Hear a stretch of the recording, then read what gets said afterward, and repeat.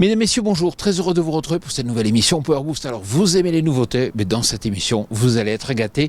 Top départ pour cette nouvelle émission Power Boost.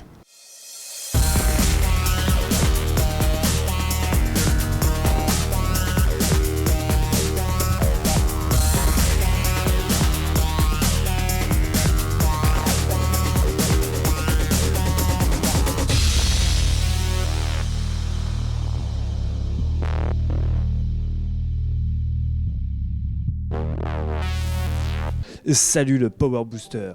Au sommaire cette semaine, nous vous présenterons les nouveautés Fendt dévoilées cette semaine en Allemagne. On vous prévient, il y a du lourd. Puis, nous parlerons de la culture du chanvre avec l'entreprise Rainbow et nous nous rendrons au champ pour assister à une récolte avec Planète Chanvre. Puis, nous parlerons orge hybride avec Olivier Borde de Saint-Ginta et vous verrez qu'il existe des solutions pour augmenter ses stocks de fourrage. Enfin, nous terminerons avec la question qui tue à propos de la fleur de chanvre. Alors, tenez-vous prêts, mais avant tout, les news. C'est devenu un rendez-vous incontournable dans le monde agricole. Chaque mardi soir, l'émission Les Tontons Farmers dézingue quelques idées reçues. Écoutez par exemple cet enregistrement de mardi dernier du député Jean-Baptiste Moreau. Alors derrière le RIP, il y a deux types, on va dire, d'acteurs concrètement.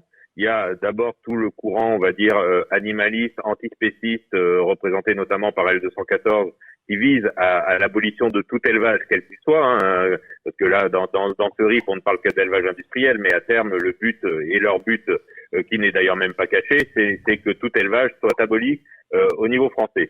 Et il y a une deuxième catégorie de promoteurs de ce RIP, c'est un certain nombre d'investisseurs, à l'image de Xavier Niel, à l'image du créateur de venteprivée.com, qui eux, par contre, ont massivement investi au cours des derniers mois et des dernières années dans des startups qui fabriquent qui vont fabriquer de la viande artificielle et qui ont tout intérêt donc à détruire notre élevage pour de la viande artificielle qui sera vendue avec des marges énormes. Alors dans un premier temps, ils veulent remplacer uniquement, on va dire, la viande produite dans des ateliers hors sol, que j'aime pas le terme industriel, ça ne veut tout dire et rien dire. Mais à terme, ils veulent remplacer toute la viande d'élevage et toutes les viandes de qualité également par cette viande artificielle parce que ça leur rapportera beaucoup plus d'argent que de continuer à soutenir des agriculteurs et avoir une filière agricole et une filière agroalimentaire puissante. Cela a été un des temps forts de la semaine, le fait que Fendt a dévoilé de nouveaux tracteurs Image. Bon allez, j'ai 2 minutes top chrono pour vous présenter en quelques photos les nouveautés de Fendt dévoilées cette semaine en Allemagne. Top départ. Je commence bien sûr par le plus gros, le MT1100, dont on a déjà vu quelques images cet été provenant des États-Unis. Il s'agit du premier vrai chenillard de plus de 600 chevaux, 670 chevaux très exactement, qui se voit doté d'une transmission à variation continue, une Vario en l'occurrence.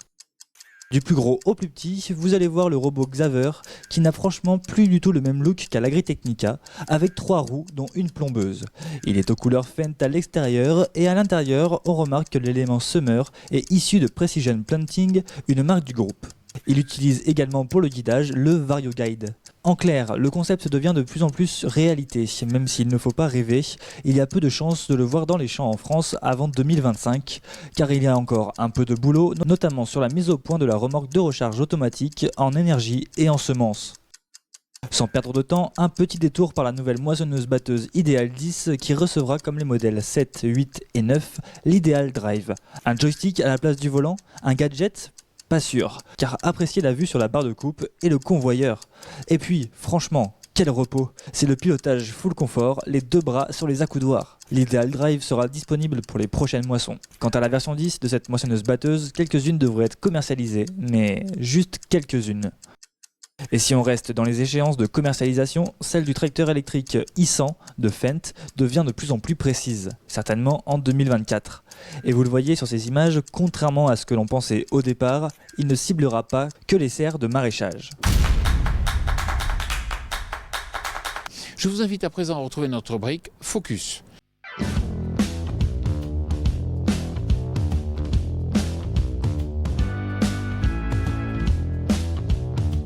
La France est le premier producteur européen de chanvre.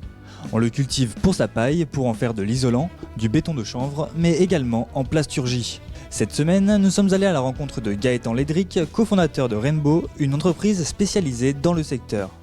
Alors le projet Rainbow est né d'une volonté, en fait, d'un constat. On s'est rendu compte que le chanvre était une plante vraiment géniale, très écologique, mais en fait la plupart des Français ne le savent pas. Et nous on s'est dit, avec cette plante, on va faire des innovations, on va créer des nouveaux produits. Et à travers certaines marques, des marques grand public, on va rendre le chanvre sexy et on va expliquer aux Français toutes les vertus du chanvre. En plus des nombreuses débouchés cités précédemment, Rainbow entend apporter quelques innovations.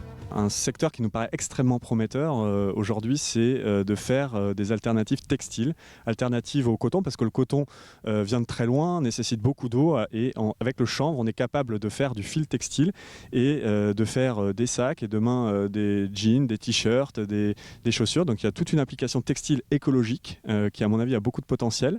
La deuxième application qui est extrêmement intéressante, c'est la graine de chanvre. Donc la graine de chanvre aujourd'hui, en fait, si vous pressez la graine, vous avez d'un côté de l'huile de chanvre qui a pas mal de bénéfices et qui est utilisée aujourd'hui en cosmétique, et de l'autre côté vous avez dans cette graine de chanvre, vous avez énormément de protéines. Et le dernier segment sur lequel on a déjà lancé 2 marques, c'est l'exploitation des molécules qu'il y a dans la fleur de chanvre, qui sont des molécules bien-être, donc via plusieurs cannabinoïdes qui sont autorisés, comme notamment le cannabidiol, qui a des vertus relaxantes, qui sont très très intéressantes et qu'on utilise nous dans une marque qu'on a créée qui s'appelle Kaya, qui fait des compléments alimentaires relaxants, anti-stress, et une marque de cosmétiques qui s'appelle Peace and Skin, qui va être lancée mi-septembre, début octobre, pour lutter contre les effets du stress sur la peau.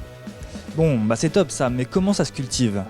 Il faut savoir que le chanvre est une culture très écologique puisqu'elle ne demande aucun travail au champ de la période du semis en avril à la récolte début septembre. Elle ne souffre d'aucune maladie dans nos régions ni d'aucun ravageur, et étant donné que cette culture a une croissance rapide, elle étouffe rapidement les adventices. Nous nous sommes rendus en périphérie de Melun à la rencontre de Maxime Delhomme, responsable plaine pour Planète Chanvre, où nous avons pu assister à une récolte de chanvre.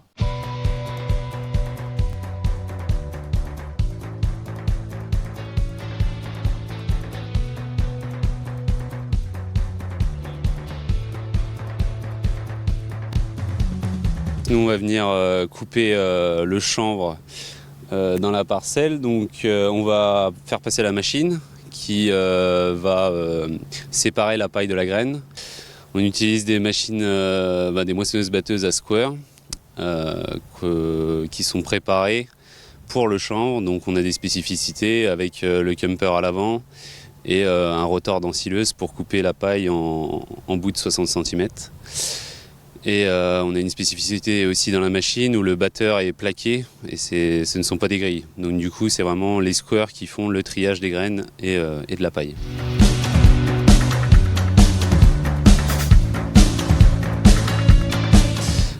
Une fois l'opération faite, on va laisser la paille rouir 2-3 semaines selon les précipitations qu'il peut y avoir. Et après, on passera une presse en balle carrée pour récolter la paille. Et une fois cette paille pressée, les planteurs nous l'emmènent à Planète Chanvre pour qu'on puisse la transformer dans notre usine de défibrage. Avec le réchauffement climatique, les éleveurs ont souvent besoin de fourrage. Et vous allez voir, avec les orges hybrides, il y a 2 nouvelles solutions. Olivier Borde, bonjour. Bonjour Jean-Paul. Vous êtes responsable marketing semences céréales chez Syngenta. Ma question est simple. Vous développez un concept qui est intéressant avec plusieurs récoltes pour un seul semis d'orge. Expliquez-moi, s'il vous plaît. Absolument, c'est une innovation grâce aux orges hybrides. En fait, c'est ce qu'on appelle l'option 3 en 1. Pourquoi ? Parce qu'avec un semis, on peut faire plusieurs récoltes. Donc, ce qu'on appelle les récoltes, c'est par exemple dans un contexte de manque de fourrage qui concerne essentiellement les éleveurs. La possibilité qui est offerte par l'orge hybride, c'est de faire une récolte très tôt, au stade 1 nœud, 2 nœuds, 3 nœuds, ce qui va permettre de produire entre 2 tonnes et 4 tonnes de matière sèche, qui permet d'alimenter les ateliers bovins allaitants ou ou les génisses, etc. En tout cas, c'est un complément de fourrage très intéressant parce qu'il est très riche à la fois en protéines, puisqu'on a des PDIN qui vont de 95 à 120, et également en énergie, puisque c'est des valeurs de fourrage qui sont assez intéressantes, puisque ça va de 0,8 à 1 en termes de valeur de fourrage. Donc ça, c'est vraiment quelque chose de très, très intéressant et qu'on a découvert et qui est particulièrement valorisable par les éleveurs qui seraient en manque de fourrage. Donc une fois que cette coupe précoce au stade 2 nœuds, 3 nœuds a été faite, l'agriculteur éleveur laisse repousser l'orge hybride qui, par sa capacité de tallage, va régénérer un nouveau cycle et va permettre une récolte de grains et de paille qui va être de l'ordre de 70% du potentiel de ce qu'il aurait pu avoir. Alors, si on se met dans le contexte de l'année 2020, concrètement, en termes de chiffres, ça donnait quoi? En termes de chiffres, nous aujourd'hui, on a des productions qui, comme je le disais, sur une coupe au stade 2 nœuds, 3 nœuds, ont permis de récolter 3 à 4 tonnes de matière sèche. Et on a un exemple, par exemple, en Picardie, où après cette coupe et dans le contexte difficile que l'on connaît, en plus de ces 2-3 tonnes de fourrage, il a récolté jusqu'à 50 quintaux de grains en plus. Donc je dirais c'est vraiment une option, c'est une flexibilité de débouché qu'on offre aux éleveurs qui sont vraiment en manque de fourrage, d'avoir ces stocks de fourrage sortis d'hiver avec la coupe précoce de Divido. Mais bien évidemment, si l'agriculteur n'a pas de pénurie, il peut continuer la production traditionnelle d'orge hybride et bénéficier de tous les avantages des orges hybrides qui sont, comme on le sait, une régularité des rendements, et également une meilleure tolérance aux maladies, ainsi qu'une meilleure productivité de paille. Olivier Borde, merci beaucoup. Merci Jean-Paul, à bientôt. Je vous invite à présent à retrouver notre rubrique « La question qui tue ». Alors aujourd'hui, on est face à une aberration, c'est que la France est donc le premier producteur européen de chanvre et on est un des seuls pays aujourd'hui en Europe où les agriculteurs n'ont pas le droit de toucher à la fleur de chanvre pour extraire le cannabidiol, notamment qui est légal. C'est-à-dire qu'aujourd'hui, nous, en tant que société, nous avons le droit d'acheter du CBD étranger, américain, allemand, espagnol. Nous avons le droit de le mettre dans nos produits, dans nos crèmes par exemple. Nous avons le droit de vendre ces crèmes en pharmacie. Par contre, un agriculteur français n'a pas le droit de récolter la fleur pour en extraire le cannabidiol. Aujourd'hui, on travaille avec une cinquantaine de députés pour faire évoluer la législation et ça va plutôt dans le bon sens.